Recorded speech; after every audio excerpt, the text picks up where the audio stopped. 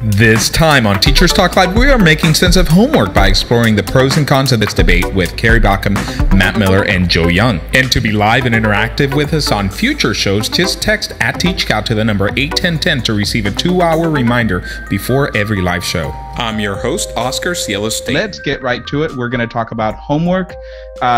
You know, people have differing views on homework. The homework debate has been going on forever. Parents feel one way about it. Some parents feel one way about it. Teachers feel one way or other about it.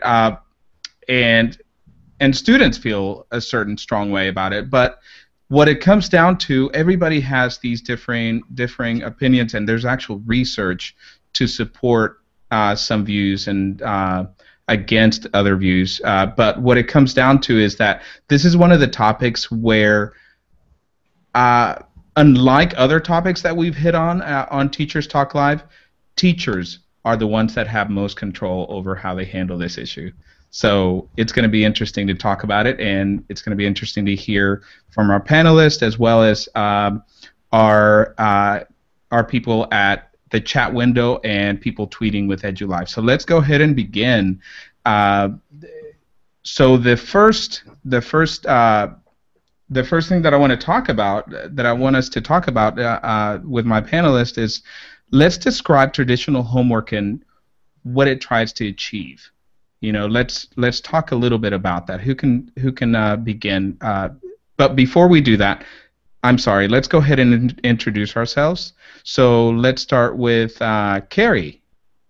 Hi, Carrie. Hi, I am Carrie Baughcum. I teach it's a really long title, 6th, 7th, and 8th grade extended resource program at a middle school in the northwest suburbs of Chicago. I'm a special education teacher there. Awesome. And then we have Joe. Go ahead, Joe. Hi, I'm Joe Young. This year I'm a math and STEAM coach in the elementary level in Palo Alto, California.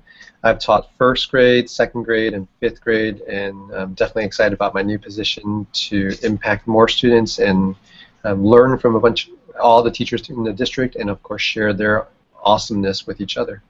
Nice. And you are at the library. That's so cool. I'm actually, well, looks like the library. It's actually our TOSA team office, or our room. So there's a bunch of books here. That's the literacy coach, her bookshelf. Nice, nice. And we have the awesome Matt. Go ahead, Matt. Hi, I'm Matt Miller. I am a high school Spanish teacher. I am the author of Ditch That Textbook, blogger also there at ditchthattextbook.com, and I am super excited to be here. And I have to say that for the last 4 or 5 years in my classroom, I've given about this much, so that gives you a little bit of a view of what mine is before we really jump into it. Nice, nice, nice. So let's go ahead and begin. Who wants to start the conversation about what is the traditional homework that that everybody's talking about, and what is it for? I can go ahead and start if you'd like. You know, I think, especially early in my career, and again, my views have kind of changed on it, but as far as traditional homework goes, I think a lot of teachers feel like there's a school day, and there are only so many days in the year, and there's so much that they want to get to, and so much that they want kids to be able to do. And so I think traditional homework, one thing it tries to achieve is, I think it tries to extend the day and extend the learning opportunities for kids. Gives kids additional opportunities to practice what they're trying to do. I know for me in the world languages classroom, some repetition and some practice. I kind of feel like learning a language is a lot like learning how to shoot free throws. The first time you go out there, you're probably not even going to hit the rim, but if you practice enough, you get better at it. And so I think that's one thing that it tries to achieve too, is to be able to practice those skills to try to hone in on them. That's what I think a lot of the view, in my opinion anyway, is of traditional homework. Right. Anyone else want to jump in? Joe? I think I'm going to echo Matt. Definitely that traditional homework is, a lot of teachers see it as an extension of the school day.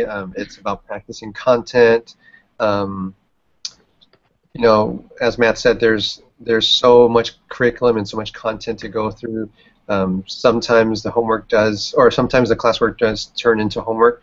Of course, we have lots of research and lots of perspectives on the point and the emphasis that homework needs to be practicing familiar content and practicing that. And that's definitely for the proponents of homework. But I'm sure we all can agree it's not where you assign things that the kids are going to struggle with, that they should not be taking stuff home that they've never seen before. So unfortunately, that sometimes does happen in the traditional sense, that there's so much content going on and so much content to teach that some of the work that they don't finish in class and they may need that guidance in class, you know, they get sent home as homework too. Right, right. How about you, Carrie? Do you give out homework? I do. A lot less than I used to, and with much more consideration of the intent, its purpose, than I ever used to before. I think traditionally, like, you know, Matt said, it was more drill and practice. Let's, you know, get those skill building. But then, like Joe mentioned too, I do remember the day when we didn't get through a lesson. It's like, go home and finish this lesson by yourself, and it really kind of them teaching themselves and it being a struggle, you know. So I do find that my view on homework has changed. The way I think about it has changed, and its purpose has changed a lot in my 16 years of teaching, for sure. I want to bring up the elephant in the room, really, that a lot of school districts require a homework grade, and as teachers, they feel obligated to have a certain amount of homework and grade that homework and get a grade from it. How do your schools handle that? Anybody? We don't have any specific requirements in terms of homework. We're pretty, at least my building, you know, our grade book is our grade book. So there's no like specific, like you have to give so many, you know, credits for homework or anything like that. It's just really dependent on the teacher in terms of that. Oh, okay. In the schools that I've worked at, it always seems that they have required homework of a homework grade. Now, in the schools that I've taught at, and I know in some schools have been different, that in the schools that I've taught at, they don't really tell you how that's going to be graded or how that's going to be impacted. You can, as the teacher, you can decide what weight to put on it, and so that's a factor. And also I want to bring up the pressure, and this may be different according to neighborhoods, cultures, socioeconomic backgrounds, but at least in the area that I taught, my classroom parents were very very demanding as far as homework. They wanted the kids to go home with a certain amount of homework, and I don't know if that's, well, I think I know that's to keep them busy. They required, so if I gave less homework, if I gave you know, a really light homework one day, they would come to me and ask me, hey, why didn't my kid have enough homework? Why I want them to work hard, I want them to have a lot of homework. What experiences have you had with parents? Joe? Yeah, I'm going to jump in. I think that also goes into the traditional definition of homework. The parents' expectation of it. Parents expecting that there's going to be work coming home. And unfortunately, I think that the districts, as you mentioned, some districts have a homework grade that's from parents. A lot of the colleagues that I have that assign homework, you know, through the years you get to the point where you see that colleagues are assigning less and less homework because they don't want to go and grade it all. Right. And it's also about, like, and definitely for me, my perspective too is that you have control over those 6 hours of the school day. You don't have control over home time. So you don't know if they're struggling. You don't know what type of help they're getting, if they're really practicing that work. So let's utilize and maximize that 6 hours in our day for really strategically looking at content. And then with parents, it's just that's the traditional way that they expect homework. Fortunately, I've been definitely seeing a lot of changes in that. Emphasis for social emotional learning, life skills, spending quality time at home with parents. When I taught first and second grade, some of my homework assignments were tonight is game night with your parents. Enjoy family game night. And it was just, I mean, it's kind of odd that I would assign that, but it was also encouraging them to have that time to chat and enjoy a game together. Right. There's different things that I've also modified my homework with, but I don't want to take up too much of the airtime. I'll pass it on right now. Who else wants to comment on this? Matt? Yeah, I really like what Joe said there, and I like the idea of assigning family game night. You know, I think back to what do my students learn the most from. I always fall back on this quote from Dave Burgess, who wrote the book Teach Like a Pirate, and he says, Dave Burgess. We're not in the business to teach lessons. We're supposed to create experiences. Don't teach lessons, create experiences. And I always think the things that I remember as a student and the things that I think my students remember the most are to have experiences, those learning experiences. And I don't remember, you know, if I'm thinking back of what are the things that inspire in my educational career, I'm never going to think of, oh yeah, it was that time when we opened up the book and we turned to page 59 and we did all the odds. Right. So, you know, I'm just thinking any opportunity that we have to break out of that, and you know, even if it's something like that, or you know, homework isn't the only way that kids learn at home, and it definitely shouldn't be. And I think that if we try to monopolize that time as educators, if we try to monopolize that time that they have whenever they go home, they're missing out on great opportunities to go outside, to spend time with their parents, to spend time with their siblings, to do reading. I mean, my goodness, my daughters are voracious readers. We live 2 blocks away from a library, and they're in that library all the time. And now my 4th grade daughter is starting to get more and more homework, and she's having less and less time to do that kind of thing. And it's just a repetition of exactly what she was doing in class before. And it kills me to see that she's not getting the opportunities to go do those things and to go tinker at home and, you know, go play outside and get dirty. And I mean, those are the things that so many of us were brought up on as kids and were such formative experiences. And I think that sometimes teachers forget, or maybe they just don't think about how important that is, and how what we assign has a large impact on how much kids can do that at home. Right. And that brings us into what works and doesn't work about homework, and I think you've mentioned some of them. So, Matt, my question to you is, like, how, you know, you're mentioning your daughter and how the dynamic has changed for her. So how do you communicate as a parent to that teacher? How do you approach that? That's a great question. We still haven't totally gotten to that yet. My wife's a teacher also, and so we're still trying to figure out exactly how to navigate that.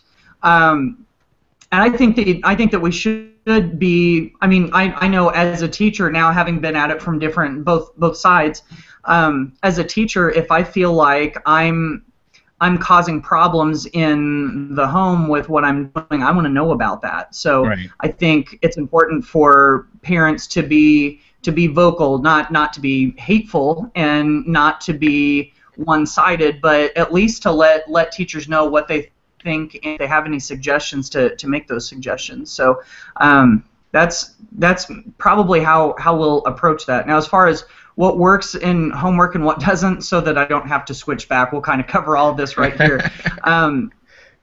You know, I'm trying to help you, Oscar. I'm trying to, like, compact things together so you can do more. Awesome. See? If that was my homework assignment, I just did it really well. So, that's why we have you what on. Works in homework? What works, I think, is if you're gonna do it, I think it's got to be something different than what you do in class. I mean, to some extent. We can't have just a complete repetition of the exact same thing that you did before. I think whenever you give students some choice over what they do, give them some control, I think that always works. You know, I think that the more that kids can have a part in that conversation of, if we need more practice, what kind of homework should we do? What do you think will work best for you? I think that they should have that. And I have to say, I'm really intrigued by some of the folks that are real big in the standards-based grading arena. And they'll say that they don't assign homework, that they provide extra opportunities at home for students to work if they want to get better. Mm-hmm. And I see that from two different sides, because I know, from 11 years teaching in the classroom, I have a decent amount of kids in mind right now who I know would never, ever touch a single bit of that, even if they needed it. Right. So there's that side of it. But then there's also the side of, whenever you give kids the opportunity to do what they think that they need to do, you're building accountability. And then you're also, if they're doing it, they're bought into it. So there's kind of both sides of that. So I think that's something that does work. I don't know. Those are some ideas, at least. Okay. When I was teaching, one thing I would do as far as homework, for example, math, and this is third, fourth grade. So, and we'll get into the differences in how much homework could be assigned. But in third and fourth grade, what I would do is that I would give, if I taught a math lesson and I wanted to, and I felt that the kids have mastered it, I would send, 3, 4, 5 questions related to that topic, and see how they do. And it was always a test for me if a parent came up to me and said, "Hey, I didn't know how to do this," and I would tell them, "Well, it was designed for your kid to do it," and I really just wanted to check to see how well they could do it on their own, and if they could do it on their own, because I felt that they were ready. And so if they're not, that's a chance for me to backtrack and return to certain topics. But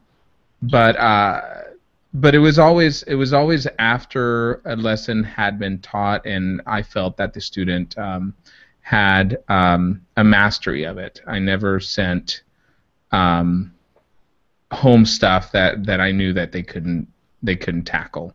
But it was always minimal, because the research, I guess we'll talk about the research. The research is saying that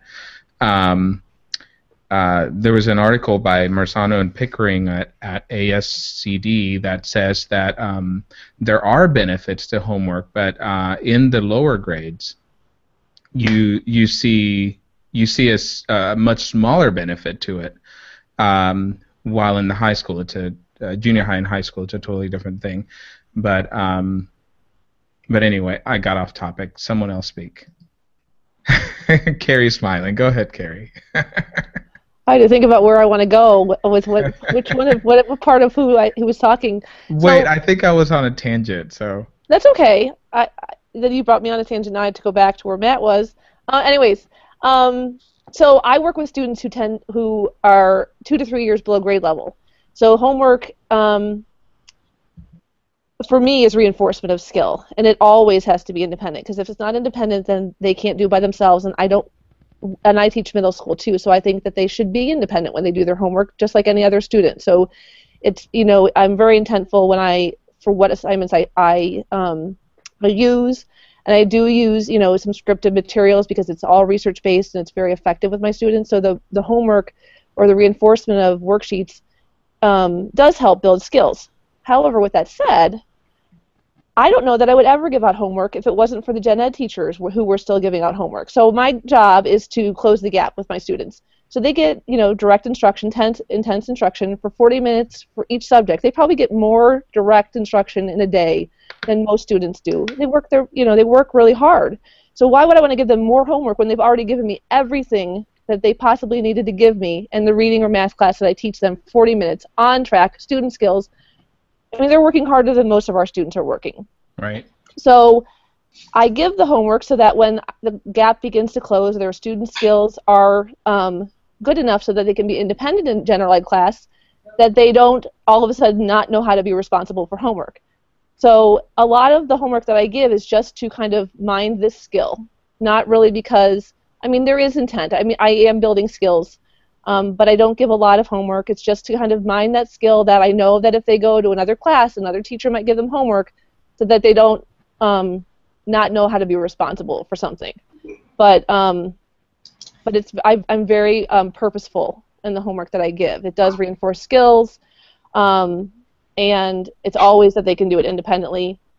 And I keep it at a time limit for just in my own head. Like what can they focus on and then get done with and then move on and just be kids. Because my kiddos are just, it's 6 hours of on. Even in lunch they're on, So to go home and do homework too is can be tough to have enough energy and focus to do that. So. Right. And I think you bring up a great point about it being purposeful and also to reinforce a skill that they're going to need later, that they're definitely going to need in middle school or high school, because homework hasn't been abolished, because it still exists. It's still part of the curriculum. One point I wanted to bring up. Oh, Joe, go ahead. Joe, just chime in anytime. Yeah, I definitely want to say all that's, echo everything. I think definitely that there's a benefit to homework, and of course with all the research about like how effective it is, it's definitely important to have that structure to build that sense of routine, the work ethics, clear expectations. Lately I've been having a lot of conversations with colleagues about this debate over homework or no homework, and it's been really nice. It's been really good academic discourse. Just to share what I've been doing for homework, I certainly in my early career, this is my 15th year now starting in education in this new role, but 14 years in the classroom, it was traditional homework. It was work that was sent home. My grade level team supplied it for me. As I got more experienced in my own career, I started understanding what I wanted to do more. And so in the past few years, I've been doing much more flipped learning and blended learning.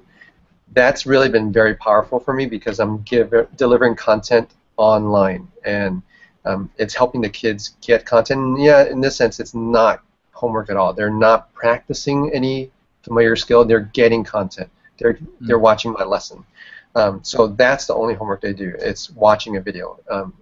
For the past 3-4 years. What has also helped with that is that the parents watch it with them. And I was at an IEP or an SST meeting, and a parent said, "Thank you for sharing those videos because I would have never known how to do that math strategy that you guys are teaching. I only know the traditional way, and now I know what my son's doing." And so it's been really successful and really helpful for that. Earlier Matt said this about doing homework and be able to see, or maybe it was Carrie also, that when you look at it, you can reassess what you're doing and how well you're teaching. No, I'm sorry, Oscar, you said that. But I really see that homework can be used as an assessment to assess your own teacher effectiveness, to assess, of course, where the students, if they need reteaching. The challenge of that, of course, is when teachers assign too much homework, you don't get to go and look at those sheets and use them as a formative assessment to modify your instruction. So back to my earlier comment, I mentioned that I've had a lot of conversations with a lot of colleagues about homework versus no homework, and a lot of people are adamant right now about no homework. And there are people who are saying, yeah, I want to go there, but I still have stuff that I want to have students practice. I think, and I'm going to make a whole big prediction down the line, it may not get to a point where it's one or the other. I just kind of compare it to the whole discussion and debate about nature versus nurture. It's not one or the other. It eventually will be a combination of the two.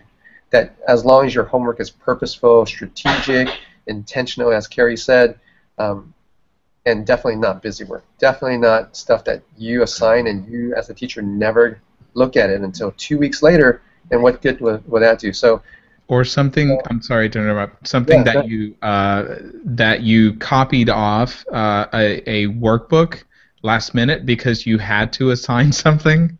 Yeah. Go ahead. I'm sorry. Yeah, that would definitely not be. Yeah, there's no purpose for that at all.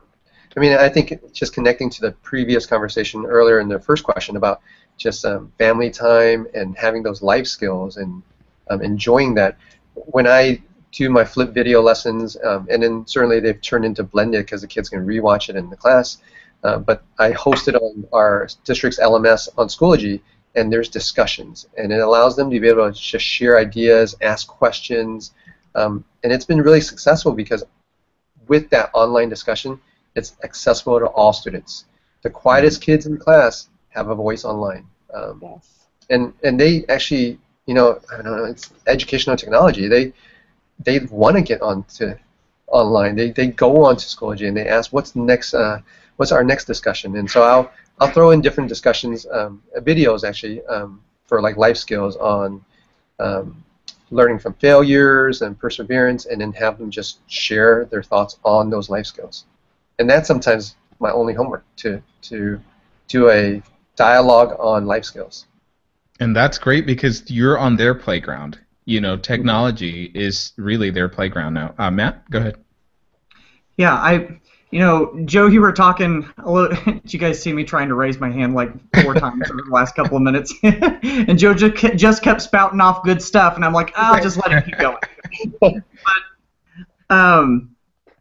Joe, you started talking a little bit about flipped instruction and blended learning and all of that. And some people are down on flipped instruction, and they're afraid that it's just going to become a boring lecture that's on a video, and then it's going to turn into a worksheet in the class. And I mean, flipped learning can totally be done like that. But I like how you brought that up, because there's so much good that can be done with that. I was watching a video.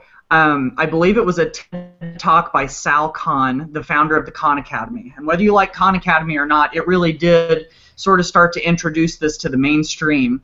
And he was talking about how I think it was his niece who used to watch these videos. He very first started creating these educational videos to help his niece with her homework assignments. And she told him that she thought that she actually liked the video version of Sal better than the in-person version of him. And he's like, I don't know what to think of that. But he started thinking about it, and here's some of the conclusions that he came to. He said, you can now stop me, you can rewind me, you can watch me later. You don't have to come up to me and say, I forgot what you told me, can you tell me again, because you can go reload me again later. And so I really think, as far as the homework goes, if we're talking about this whole concept of flipped instruction or doing screencasts or videos or whatever, they talk about the best kind of technology use. Maybe not the best kind, but there are things that technology can do that were inconceivable before. Right. And some of the ways that it can really change the game. And I really think this is one way, because this really does put things at kids' pace, and it puts it available to them at a moment's notice whenever they need to. And so as far as homework goes, in this new age where we have devices and we have Wi-Fi, and I know not every kid has it, but to have those resources out there and make them available at the moment that the kid needs them, I think that's huge. And if we go that way a little bit more with homework, maybe that makes it a little more relevant. And you know what, to add on to that, I mean, this is what I pitched to the parents at Back to School Night about the benefits of flipped learning, is that how often can you in class say, Mr. Young, can you repeat that? Yeah, you can. The teacher will repeat it, but you keep on saying, oh, Mr. Can you repeat that? Oh, can you slow down? And all the kids might start saying, oh, gosh. And so there's that whole social stigma and social aspect of it, too. Now it's in a video, as Matt said, pause, rewind, and it's archived. And I use Schoology as my learning management system, but any way that you can archive it on iTunes U or your own web page, for the students to be able to go back to it. Just a quick little also story is that as I was approaching the end of my math unit a couple of years ago, 3 years ago when I first started flipping, as we were approaching the end of the unit, we had our unit end progress check or assessment.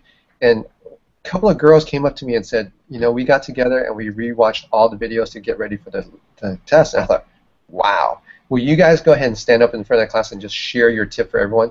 And they felt so proud, and they're the quietest kids too, and they got to tell everyone this great tip. And from then on, great idea. I felt rewatching it just to get the review. And I started calling it being an active learner. That whenever you have a question, search for it, either from my own videos that I make, or Khan Academy, or YouTube videos, or of course, and then eventually my students started creating their own videos too. So it was really, really successful. Exciting. And what I would say about those videos that you have been making, Joe, is versus anything that Khan Academy can put out, something that you have made is really personal to those students, and it's really way more relatable to your students because it's you, because it's their instructor. So if anybody's, or when people are watching this later on or whatever, if you're interested in flipping, definitely, you can of course start using stuff that's out there. As Oscar said, the moment you start making it, you're making it for yourself. It's your voice. It's personal to your students, your class that year. You can of course try to make it generic so you can reuse it year after year, but still your voice. Anytime that you can put your face to it too, that you can even just take a picture of you on the screencast, if it's on Explain Everything or whatever, or if you film yourself, that makes it even more, so that your kids can see your face, right? And as you grow old, you'll love to see how you use it. It's really impactful. Joe, you are brilliant. I love it. You'll be timeless. Yep. Hey Joe, can you name off your Twitter handle again and volunteer for anybody out there if you can help them? Yeah, definitely. Feel free to tweet me or direct message me. I follow back as often. To everyone that's in education. In the previous Teach Cow or Teacher Talk Live was about social media and talking about like people who follow and if you don't follow back, whatever. So definitely I follow back. So direct message. My Twitter handle is @jyoung1219. I'm also on Google Plus as well, but I check Twitter kind of religiously. All right, awesome. So you got it, everybody. So Joe's going to help you out. He's going to get you on there. So. I don't know all the answers, but I'll keep sharing what I have and learn together too. No, I think collaboration is key. Back to what doesn't work about homework, I wanted to mention something. In the reading of research and the benefits of certain homework at certain age, junior high and high school, I don't remember which one of you mentioned. All the odd numbers. I remember that. I remember the math. Being just really intensive in high school and just all these problems, do all the odd ones, 1 through 150 or whatever. And it seems to me one thing that's missing in the higher grades, if you are going to implement homework, that there should be more communication among the teachers as far as what you're assigning, because for a certain subject, you may be assigning something really intensive for one day, and then this other teacher who is not aware of what's going on may add some really heavy stuff, and a student may be sitting down to do homework for 2 hours, 2 hours and a half, and that seems a little intensive and crazy. Does anyone have anything to say about that? As far as homework intensity? I know in our middle school we have teams, and so they do make a pretty good effort to keep a team calendar and spread out tests or heavier assignments so that the students aren't inundated, with them too much at one time. So they are aware of that, and they try to be respectful of those types of things, or if there's holidays, family holidays and things like that, they try to be conscious of those things. So I know that our teams do at my school. Okay. Okay. I keep referring to research, and I have this one article from by Marsano and Pickering that I've tweeted out, and I'm going to put it with this podcast. The conclusion they come to is, so they go over the research and what works, what doesn't work, and the effectiveness and non-effectiveness. At one point, one of the things that they said is that for high schoolers at 90 minutes, the benefit starts diminishing greatly, 90 minutes and above. But what they say, and I'm going to quote them as a summary, they say, assign purposeful homework.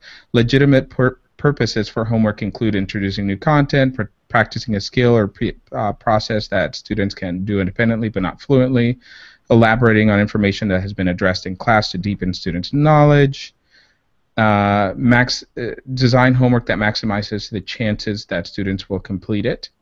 Mm-hmm. That's really important.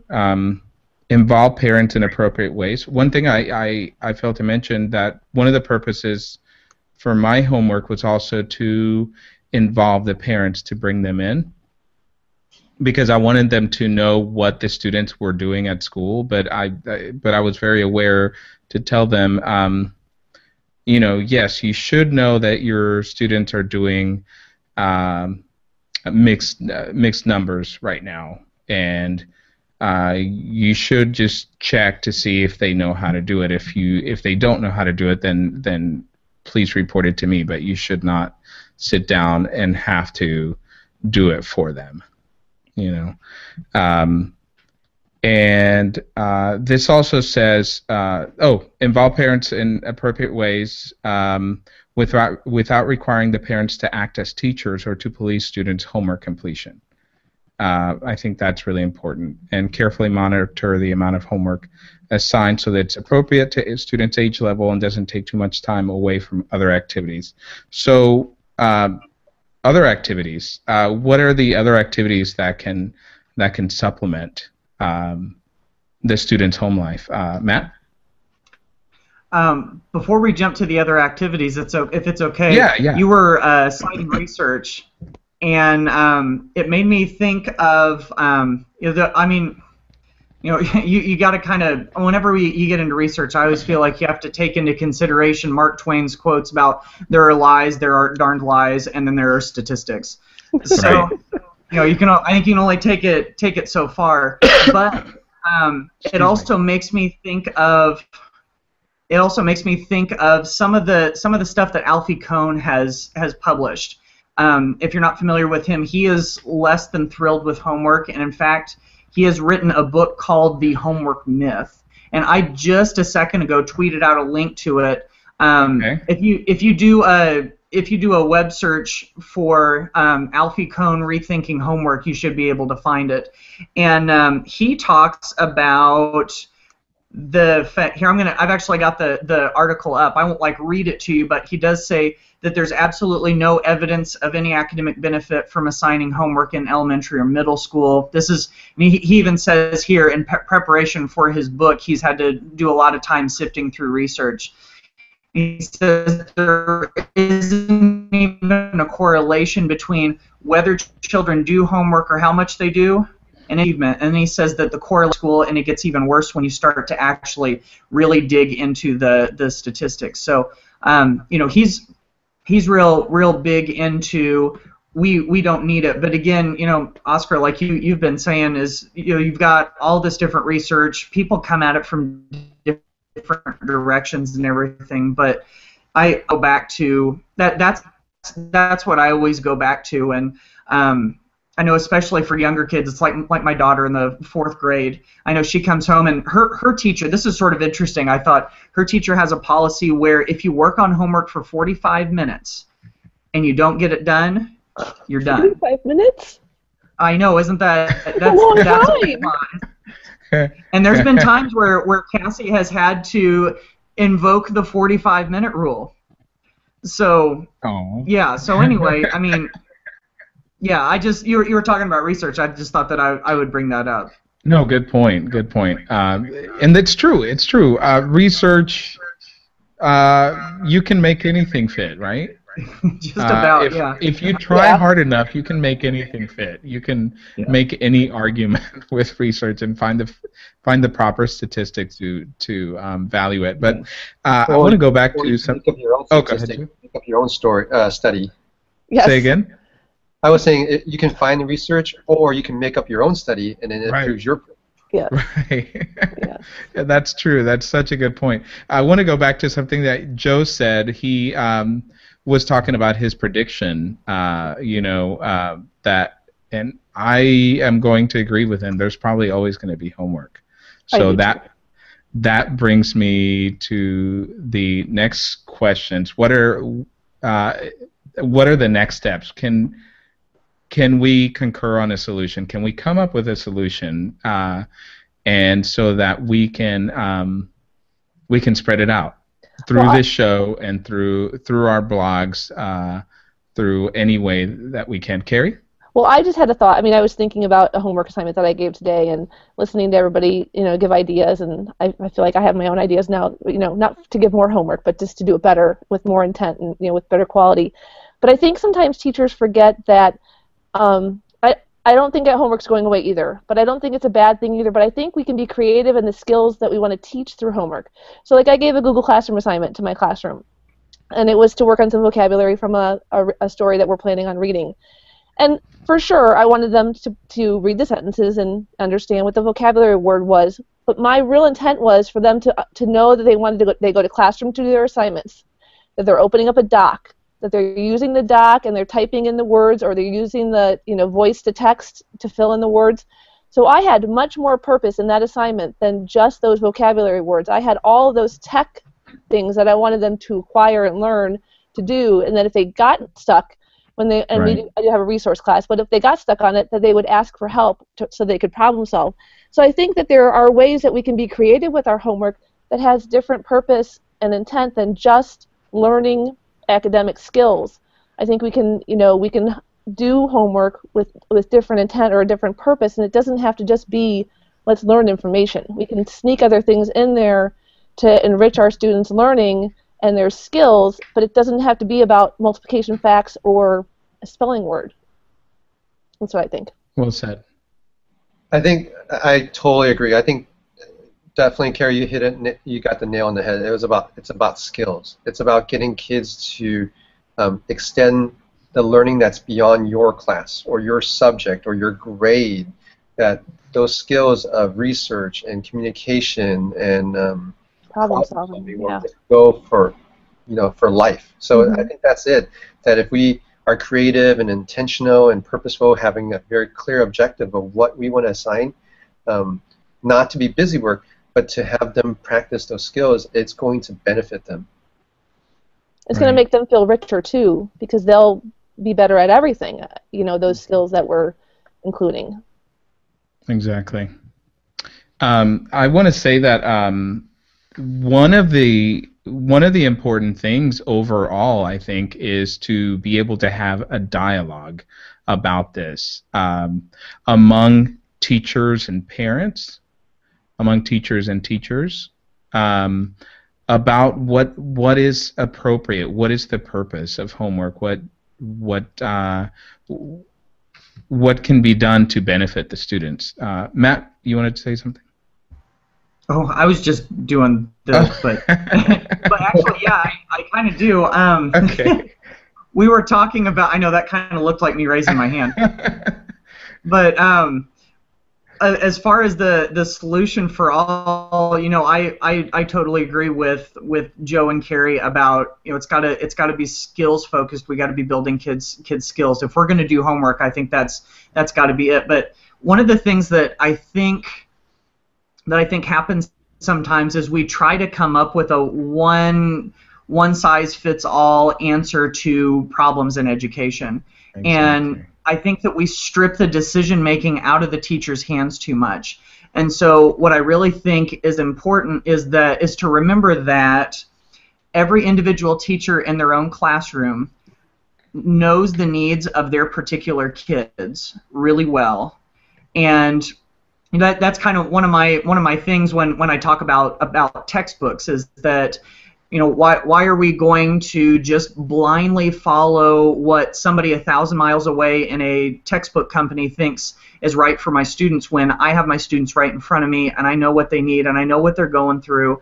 I can see the look in their eyes, and I get it. And I think that we have to take that approach to homework too, is that in some communities, and even sometimes in some classrooms down the hall it's different, but from community to community, state to state sometimes even, the needs of the students and what's going to really work for them change. And I think that we have to have that. You know, if we get all philosophical about the way that government is set up, that's why I love that states have the ability to pass their own laws, because sometimes something works in one that doesn't work in another. And I think in classrooms it's got to be that way with homework too. Right, right. And have those conversations about, Yes, you know, definitely. what is working, what isn't, what can we do, and what shouldn't we be doing. Because, as I said at the beginning, I think this is one of the things that the teachers do have a lot of control over. They do have a lot of autonomy over it, as far as what they can do and can't do, you know, in situations. And what I was saying earlier as well was to also open up the opportunity for rich, authentic home life. I forget who I was talking to earlier before the show about the idea, you know, with elementary students, the idea of involving parents in activities such as, you know, cooking, reading recipes off, you know, helping mom with the recipe and that sort of thing. Those are authentic things that parents can be doing as far as the education aspect of their own children, and that's not necessarily something that that the teachers have control over. But these are activities and things that we open up. If we have less homework, this is what opens up. You know, Matt can be doing a lot of fun stuff that will help his child grow in tremendous ways because he knows his child. So, anything else as far as what I think Matt said it great, as far as you know, every community, every place is its own world, and but I think it's important that those conversations be had among parents, among teachers, among students and teachers. You know, teachers, ask your students what can you do, how can we make it better. You know, the students have a lot of input, should have a lot of input. Joe? I think this is probably going to sound very similar to Matt. I think it's a lot about, you know, in education we've talked a lot about differentiated instruction. Homework also, in that sense, if we look at it in a larger, bigger picture, as an administrator, it's differentiated for each teacher because of, as Matt says, you know your students. So one teacher at the same grade level in elementary will have homework that looks different from the same grade level teacher, because it's differentiated for their students in their class. And so in school-wide, you shouldn't really have any, I mean, not shouldn't, it could, but definitely the expectation shouldn't be there where everyone has the same bit of homework. So right. Differentiating homework in that sense too. And then, as Matt says, you know, publishers having this stuff, we just, you know, you have to do what's right for your kids, and you know them best. As a math coach in my position now, a big thing that I always tell teachers as they're going through our math curriculum and they're saying, oh, you know, can I take a break from it? I feel my kids need a review on place values. Definitely. My view is I treat the curriculum like a GPS navigator. You can go off track, take another road. Eventually, it might bring you back onto that road of its map, but it's pacing. But you go off anytime you want to, based on what your kids need. Right, right. What else do we want to add, you guys? I think we had a really, really good talk. I want to say that any links that you are tweeting out with EduLive, those are going to go into the blog on Teachers Talk Live on teachcow.com, and what I've started doing is embedding those tweets into the page, so that if you look on teachcow.com and go to Teachers Talk Live, the episode from last week on crowdfunding, some of the important tweets have been embedded onto that. So any links that you guys have that will be informational, Matt has sent out some already. Those are going to continue living on with the show, so it's a great thing. Matt, question. So does that mean your next book is going to be Ditch That Homework? Ditch That Homework. I mean, it sounds like a great title to me. It does. You're right. Yeah. I'll have to look into that. We'll have to see what we can do, Oscar. I like that idea. We'll contact Dave and make it happen. There you go. Sounds good. All right, everybody. So, anything else that we have forgotten that we need to add about homework before we say our goodbyes for the week? Joe? You know, one thing I was just thinking about, if you try to imagine 8 years ago, we would have never even considered flipped learning. I think it was 8 years ago. So never consider flipped learning. It's going to be amazing to just kind of imagine what's going to happen, 2, 3, 5 years ago from now on this homework discussion. And it's right. As we were said earlier, we said just to keep that conversation going, and it's probably going to have something that's huge that we can't imagine right now. Because flipped learning, wow, 8 years ago, as it built momentum, it's so great, and now I'm just excited about the future too. Right, and things keep changing. Like, the populations that I've taught at have been really low socioeconomic, and in the past, I want to say 3 years or so, I've seen my classroom parents have a lot more access to the internet through their cell phones. And so there's a lot more connectivity, even in the low socioeconomic sector, that I think is going to impact the way that we teach and homework is assigned and all that. So, well said.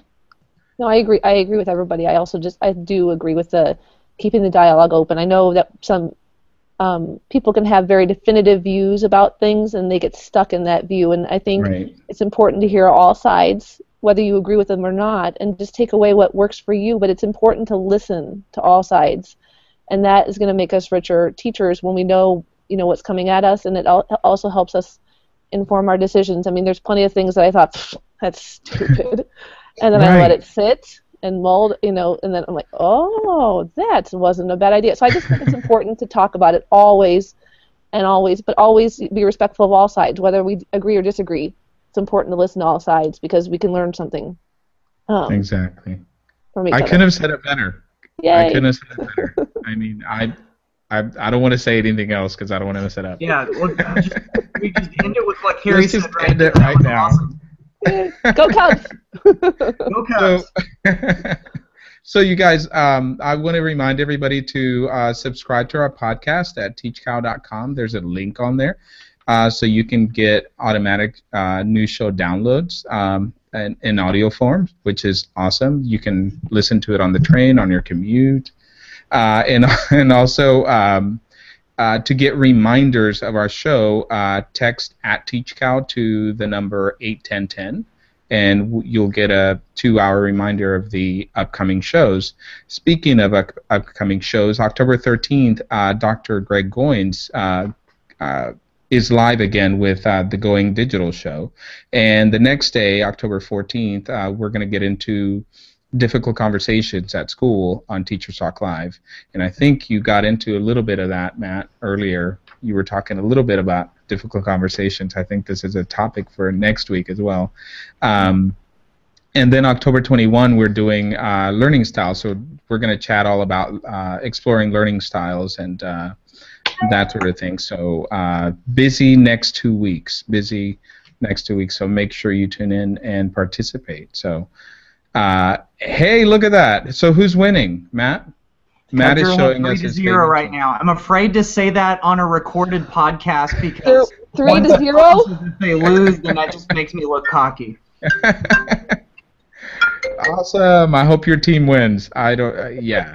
So, everybody, thank you so much. And if you could stay on for a minute after we, I appreciate everyone. And make sure you stay tuned to teachcow.com because there's a lot of live events going on. So, thank you.